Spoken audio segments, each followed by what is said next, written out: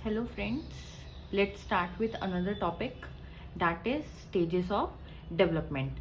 So CTET के लिए basically आपको इन्फेंसी से एडोलेसेंस तक इम्पॉर्टेंट है. मतलब क्वेश्चन सिर्फ यहीं से आते हैं एंड मेजर जो क्वेश्चन आते हैं वो यहीं से आते हैं.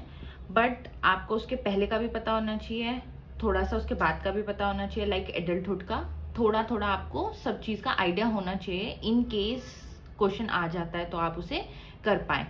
सो जैसे कि हमने डेवलपमेंट के बारे में कल डिस्कस किया था, development is never ending process. It goes from womb to tomb. ये हमारे मरने तक डेवलपमेंट चलती ही रहती है, चाहे वो किसी भी एज में हो. किसी स्टेज पे डेवलपमेंट तेज होगी, किसी स्टेज पे डेवलपमेंट धीरे होगी, बट ये कॉन्टिन्यूस प्रोसेस है जो कि चलता जाएगा. So first stage is prenatal period. Prenatal period जो बर्थ से पहले का पीरियड होता है उसे प्री नेटल पीरियड बोलते हैं, जो 40 वीक्स तक रहता है. उसके बाद सेकेंड स्टेज आती है आपकी इन्फेंसी. इन्फेंसी होती है बर्थ से 2 ईयर्स तक. आपको देखने को मिलेगा 0 to 2 ईयर्स तक भी देखने को मिलेगा.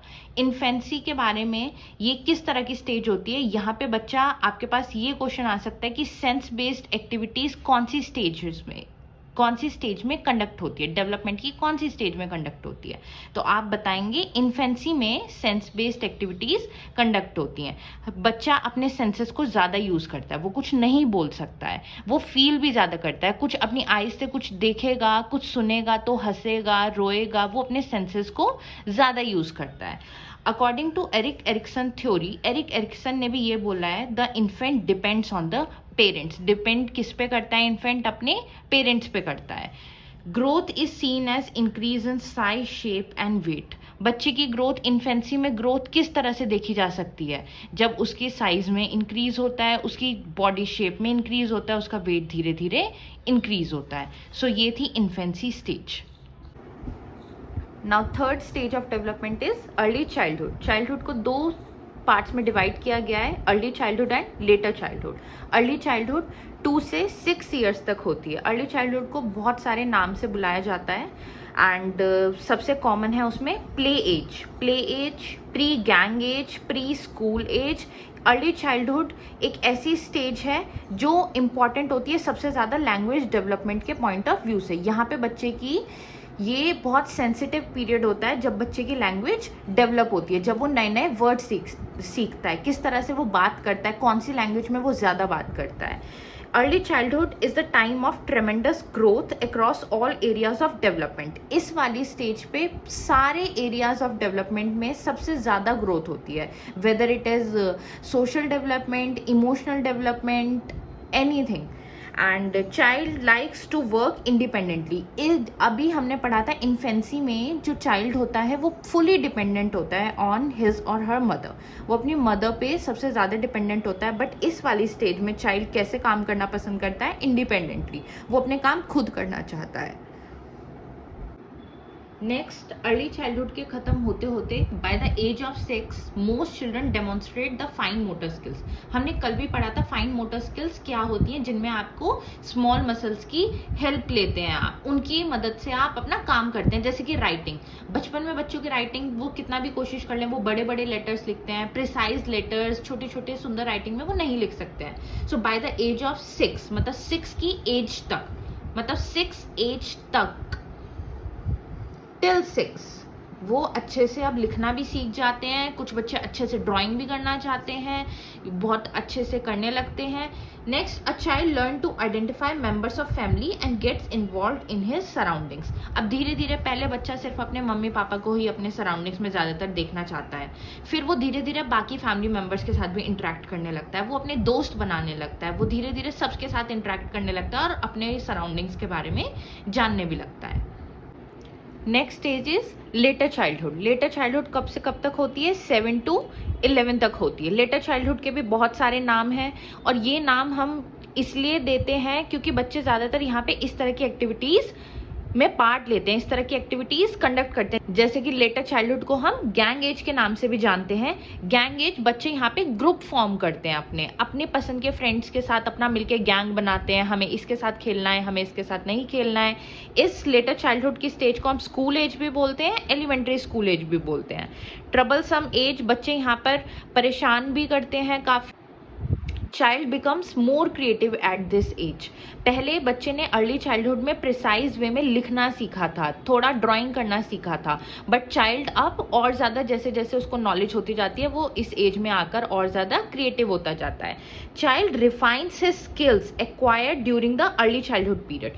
जो बच्चे ने स्किल एक्वायर की थी at the time of early childhood phase, वो अब उन स्किल्स को रिफाइन करता है, मतलब और ज़्यादा इंप्रूव करता है, and learns new skills as well. ये जो हम डिफरेंट नेम देते हैं ये बहुत इंपॉर्टेंट होते हैं, क्योंकि बहुत बार लेटर चाइल्डहुड आपको लिखा हुआ नहीं दिखेगा, आपको क्वेश्चन आएगा ट्रबल सम एज कौन सी एज से लेके कौन सी एज तक होती है। So all this is very very important. Next, in letter childhood children learns values of their society. जैसे कि मैंने बताया था, यहाँ पे बच्चे ग्रुप्स फॉर्म करते हैं, अपनी सोसाइटी के साथ ज़्यादा से ज़्यादा इंटरेक्ट करते हैं, वो सोसाइटी से बहुत सारी चीज़ें सीखने भी लगते हैं। Best friends are important at this stage and the skills gained in these relationships में provide the building blocks for healthy adult relationship. यहाँ पे बच्चे जिस तरह की आदतें सीखते हैं, जैसा वो अपना बॉन्ड बच्चों के साथ, अपने सराउंडिंग वाले बच्चों के साथ, अपने बेस्ट फ्रेंड्स के साथ क्रिएट करते हैं, उनको उस चीज़ की हैबिट पड़ जाती है, वो लाइफ टाइम में इसी तरह का उनका बिहेवियर हो जाता है। और बहुत से बच्चों के जो यहाँ पे बॉन्ड्स क्रिएट होते हैं वो लाइफ टाइम चलते हैं। बच्चे जो यहाँ पे स्किल गेन करते हैं वही स्किल्स वो आगे वाली रिलेशनशिप में भी यूज करते हैं। So again I will repeat this, the skills gained in these relationships में provide the building blocks for healthy adult relationships. Next is adolescence. Adolescence कब से कब तक चलती है? बहुत जगह आपको देखने को मिलेगा 12 to 18 एंड 13 to 19 ईयर्स, मतलब कहीं पे हो सकता है देखने को आपको मिले, आप कंफ्यूज नहीं होना है, दोनों ही ठीक हैं। नेक्स्ट, एडोलेसेंस को हम ट्रांजिशनल पीरियड भी बोलते हैं। यहाँ पे बच्चा एक ट्रांजिशनल फेज में आ जाता है, वो चाइल्डहुड से किसके टुवर्ड्स जाने लगता है? एडल्टहुड के। बहुत सारे बॉडी में चेंजेस आते हैं, बच्चों की थिंकिंग में चेंजेस आते हैं, बच्चे अपने आप को एडल्ट में काउंट करने लगते हैं, वो अपने आप को थोड़ा बड़ा बड़ा महसूस करने लगते हैं। Stanley Hall stated adolescence as a period of stress and storm. ये बहुत इंपॉर्टेंट है, बहुत ज़्यादा इंपॉर्टेंट डेफिनेशन है ये, कि ये किसने बोला है? स्टैनली हॉल ने बोला है कि एडोलेसेंस कैसा पीरियड है? Of stress and storm.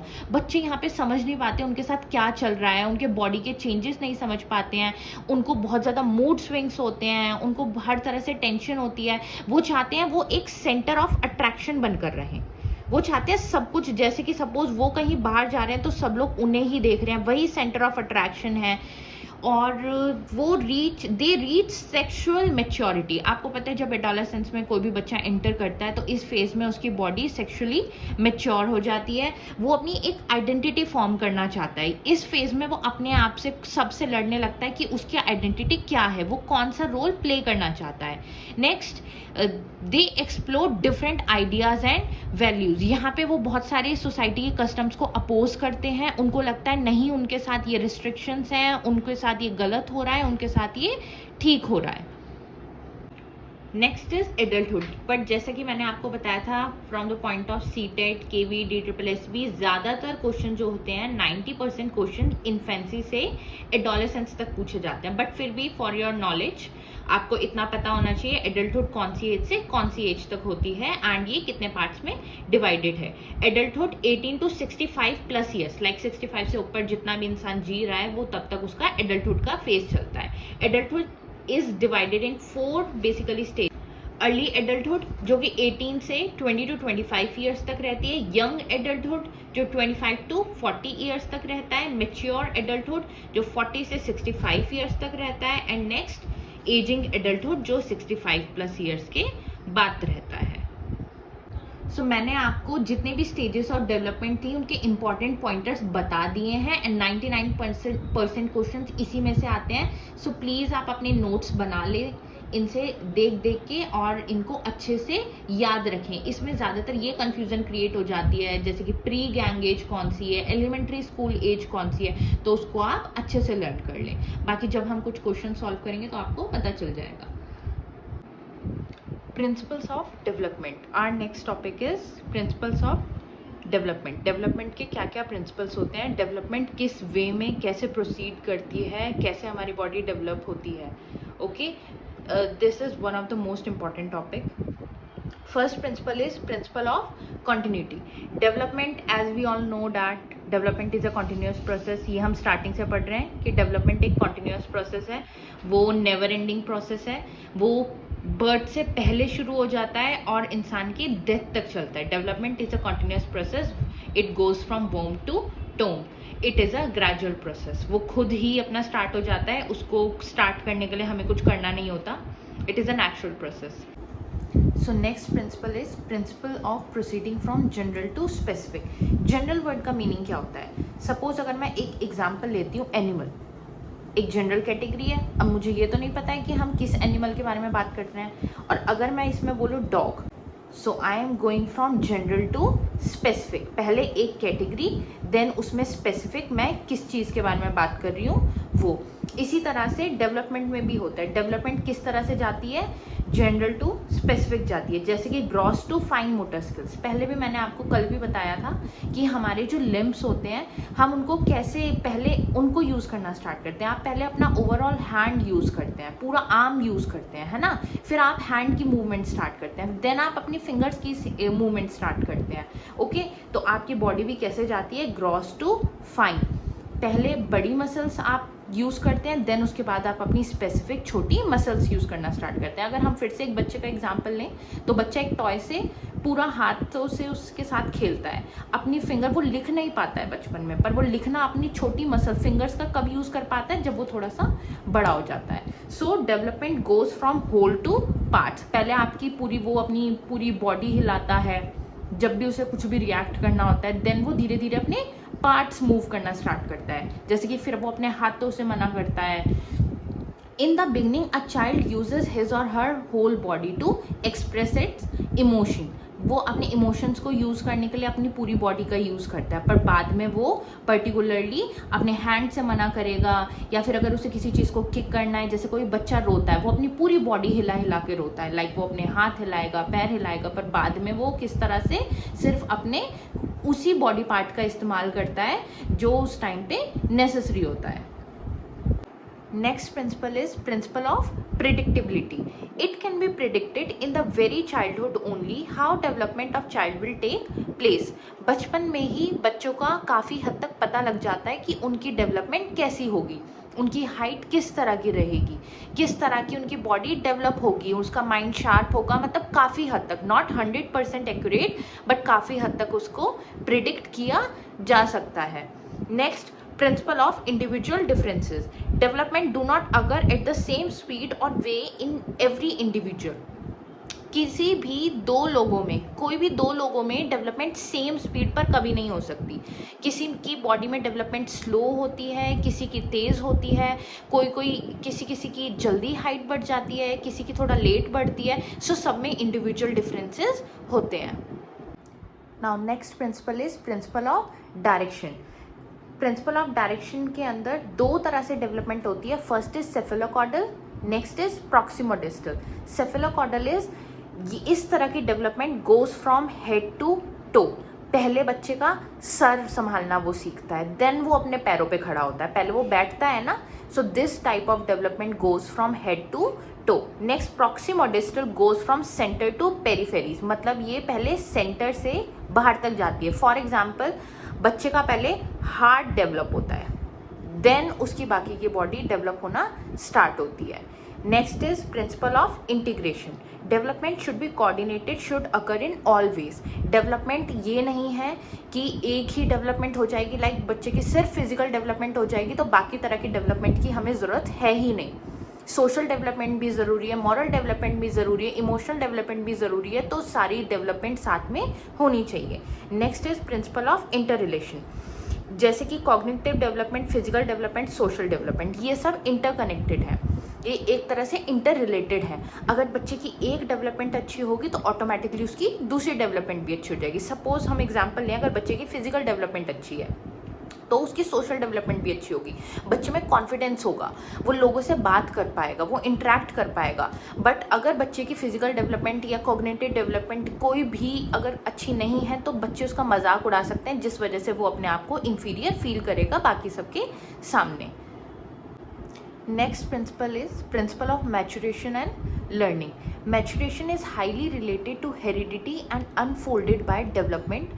When a child starts becoming mature, then learning start. इस principle का मतलब है हमारी heredity से maturity काफ़ी ज़्यादा रिलेटेड होती है कि हमने हमारे अंदर जो जीन्स हैं जो हमने अपने पेरेंट्स से इनहेरिट किए हैं उस पर डिपेंड करता है कि हमारी बॉडी कितनी जल्दी मैच्योर होगी, हमारा माइंड कितनी जल्दी मैच्योर होगा। और जब बच्चा मैच्योर होने लगता है देन उसके बाद उसकी लर्निंग स्टार्ट होती है। जब तक बच्चे का माइंड मैच्योर नहीं होगा, सपोज आप अगर एक 2 साल के बच्चे को एक सेंटेंस या पैराग्राफ पढ़ने के लिए बोलते हैं, वो नहीं पढ़ सकता, बिकॉज अभी उसका माइंड इतना मैच्योर नहीं है, इतना कैपेबल नहीं है कि वो पूरा सेंटेंस पढ़ पाए। तो जैसे जैसे उसका माइंड मैच्योर होगा वैसे वैसे उसकी लर्निंग उसी पेस से, उसी स्पीड से स्टार्ट होती रहेगी। Next principle is principle of joint product of heredity and environment. बच्चे की डेवलपमेंट पे जितना हेरिडिटी से असर पड़ता है उतना ही इन्वायरमेंट से असर पड़ता है। अगर किसी के मम्मी पापा इंटेलिजेंट हैं और बच्चे का माइंड भी बहुत ज़्यादा शार्प है, बट अगर आप उसको स्कूल नहीं भेजते हो या उसे कुछ नया या क्रिएटिव करने का मौका नहीं मिलता है तो उसकी माइंड उतने अच्छे से डेवलप नहीं हो पाएगा। Next, principle of uniform patterns. Rate of development can be different but pattern is same. बच्चे का डेवलपमेंट का रेट डिफरेंट हो सकता है, जैसे कि हमने पहले भी प्रिंसिपल में पढ़ा था, किसी की बॉडी में जल्दी डेवलपमेंट हो जाती है, किसी की बॉडी में धीरे से डेवलपमेंट होती है, बट हमेशा पैटर्न जो सीक्वेंस जो होता है वो सेम होता है। सबसे पहले बच्चा क्रॉल करता है, उसके बाद वॉक करना सीखता है, उसके बाद रनिंग करता है। ऐसा तो नहीं होता है कि पहले रनिंग करेगा फिर क्रॉल करेगा, तो सबका पैटर्न सेम होता है, पहले क्रॉलिंग देन वॉकिंग देन उसके बाद running. So our next principle is principle of spiral versus linear development. Spiral कोई भी चीज़ मूव करती है कहीं पे, जैसे कि सपोज एक बॉल एक स्पायरल मूव कर रही है, स्पायरल मूवमेंट उसकी हो रही है, तो कभी वो तेज़ चलेगी फिर थोड़ा धीरे हो जाएगी, कभी वो तेज़ चलेगी फिर वो थोड़ा धीरे हो जाएगी। तो इसी तरह से हमारी डेवलपमेंट भी वर्क करती है, वो कभी भी लीनियर नहीं होती है, जैसे हमेशा सेम स्पीड पर नहीं होती है। किसी एज में बच्चे की डेवलपमेंट होती है, कभी स्लो हो जाती है, कभी तेज़ हो जाती है। Next, principle of significance of early development. इस प्रिंसिपल का मतलब है जितना जल्दी बच्चे की बॉडी डेवलप होने लग जाती है उतना ही बच्चा ऑल एस्पेक्ट्स में अच्छा होने लगता है। जितना स्लो हो जाती है अपनी एज के अकॉर्डिंग उतना ही बच्चा बाकी सारी डेवलपमेंट में भी स्लो रह जाता है। Next topic is relation of development and learning. अब डेवलपमेंट के बारे में तो हमने बहुत सारा पढ़ लिया। लर्निंग क्या होती है? कुछ भी लाइफ में नया सीखते रहना, और वो हर एक इंडिविजुअल के लिए ज़रूरी भी है। जब तक कोई इंसान आगे सीखेगा नहीं वो बढ़ेगा नहीं। Okay, so first topic is learning is the development that comes from effort and practice. Learning के लिए हमेशा हमें एफर्ट और प्रैक्टिस करने होते हैं। अगर हम एक छोटे बच्चे से शुरुआत करें तो बच्चा कितनी मुश्किल से ABCD लर्न करता है, कितनी मुश्किल से स्टेप बाय स्टेप बढ़ता है। या फिर आज भी अगर हम किसी भी एग्जाम पे प्रिपरेशन कर रहे हैं या कुछ भी, तो उसके लिए हमें किसकी ज़रूरत है? एफर्ट्स हमारे और लगातार प्रैक्टिस की ज़रूरत है। Next, we know that interaction of maturation and learning is important for development. Maturation and learning दोनों ही डेवलपमेंट के लिए बहुत ज़्यादा इंपॉर्टेंट है। अगर हमारा माइंड मैच्योर नहीं है, बॉडी मैच्योर नहीं है, तो हम डेवलपमेंट कैसे हो पाएगी हमारी? दोनों साथ के साथ चलेंगे, लर्निंग हो ही नहीं सकती। अगर किसी बच्चे का माइंड मैच्योर नहीं है तो क्या वो लर्निंग कर पाएगा? बिल्कुल नहीं कर पाएगा, और लर्निंग नहीं कर पाएगा तो उसकी डेवलपमेंट भी नहीं होगी। Next point, maturation sets limits to development. Maturation एक टाइम तक ही होती है, वो एक तरह से लिमिट लगा देती है डेवलपमेंट पे। सपोज हमारी बॉडी पूरी तरह से मैच्योर हो गई है, अब हमारी जो फिजिकल ग्रोथ है वो बंद हो गई है, अब वो इतनी ज़्यादा ग्रोथ नहीं होगी जितना पहले पेस पे चल रही थी, तो वो एक डेवलपमेंट पे लिमिट सेट कर देगी। जैसे कि अब हमारी फिजिकल जो डेवलपमेंट है वो इतनी नहीं होगी as compare to other development. So अब ये टॉपिक ख़त्म होता है हमारा growth and development. I have covered each and every important sub topic. जो भी ग्रोथ एंड डेवलपमेंट के अंदर जहाँ से भी क्वेश्चन आते हैं मैंने सारे आपको विद नोट्स प्रोवाइड करे हैं। आप वीडियो पॉज कर करके बार बार नोट्स बना सकते हैं अपने। और इसको थॉरली रिवाइज कर सकते हैं। नेक्स्ट क्लास में हम इसके कुछ प्रैक्टिस क्वेश्चंस करेंगे एंड अगर आपकी कोई भी क्वेरीज हैं तो आप प्लीज़ मुझे कमेंट करके बता सकते हैं। Please like my videos and subscribe my channel. Thank you so much.